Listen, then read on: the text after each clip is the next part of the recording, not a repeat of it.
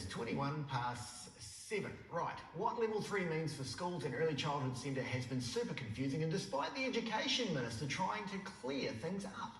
To be clear, it is safe from a public health perspective to have a group of children learning together.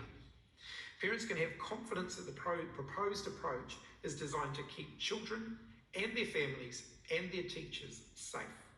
So which kids should go to school and how they'll be kept apart if they do is still very much up in the air. South Auckland Principal Carl Vaso joins us now. Morena, Carl, you've been out feeding the pigs. How are they, Morning, firstly? Oh, Percy and Hetty are lovely. It's freezing out here, Hayden, and I thought I'd show off my iPhone 11 and my filming skills. Look at you. You're living your best life. Rightio. Are you happy to open? More importantly, are your staff happy to take kids in their classrooms? So one of the things we had to do, Hayden, was we had to get their voice. So it's important to ask the staff what are they comfortable with. We had a staff meeting yesterday in Zoom, using Zoom, and 50%, 26 staff said that they were happy to return of my around about 60 staff here. They've got questions, they've got anxiety, but I think they're prepared to come back. And of those 26, I'm going to be talking to 3 of them because I know they're not well. And I'm going to be saying to them, look, you can't come back. It's just for your own safety. Okay, I really appreciate your honesty there. What about the others who don't want to come? Will they be made to come to school? No.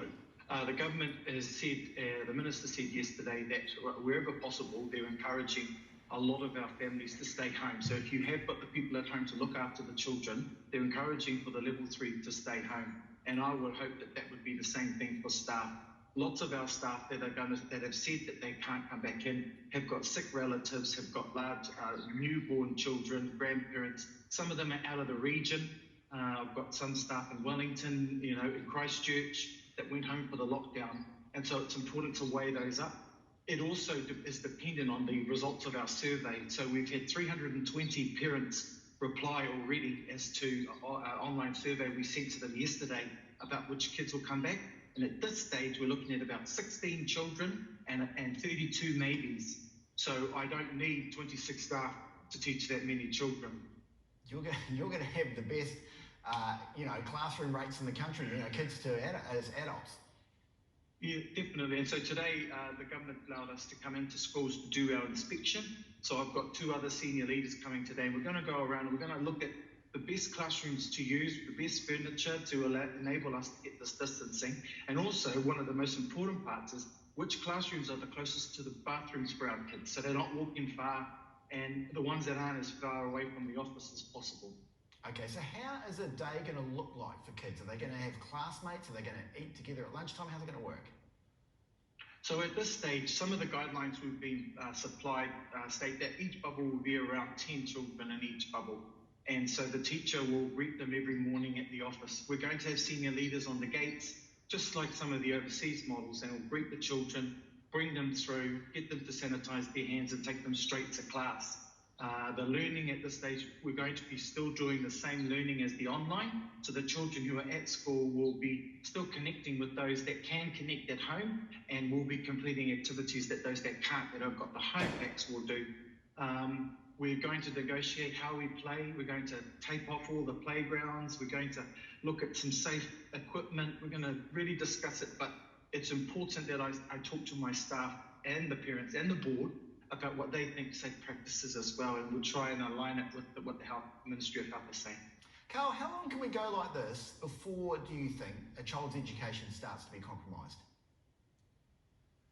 I think, like I said last week, one of the most important things is that whatever the experiences they're having at home, that it still continues to nurture and grow a love of learning.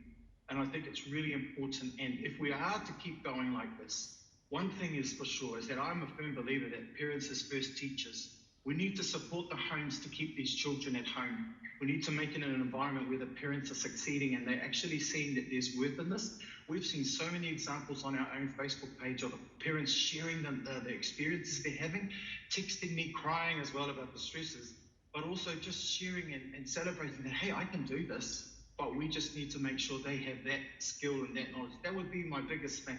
We can invest some time. After we come out of lockdown, that's my future plan. Let's prep our parents a little bit more to cope with teaching children and give them that courage and that belief that they can teach at home.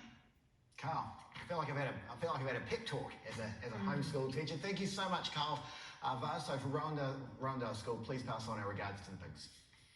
No worries, see ya. Making news this morning, the first of 3 flights bringing home stranded Kiwis in India is set to leave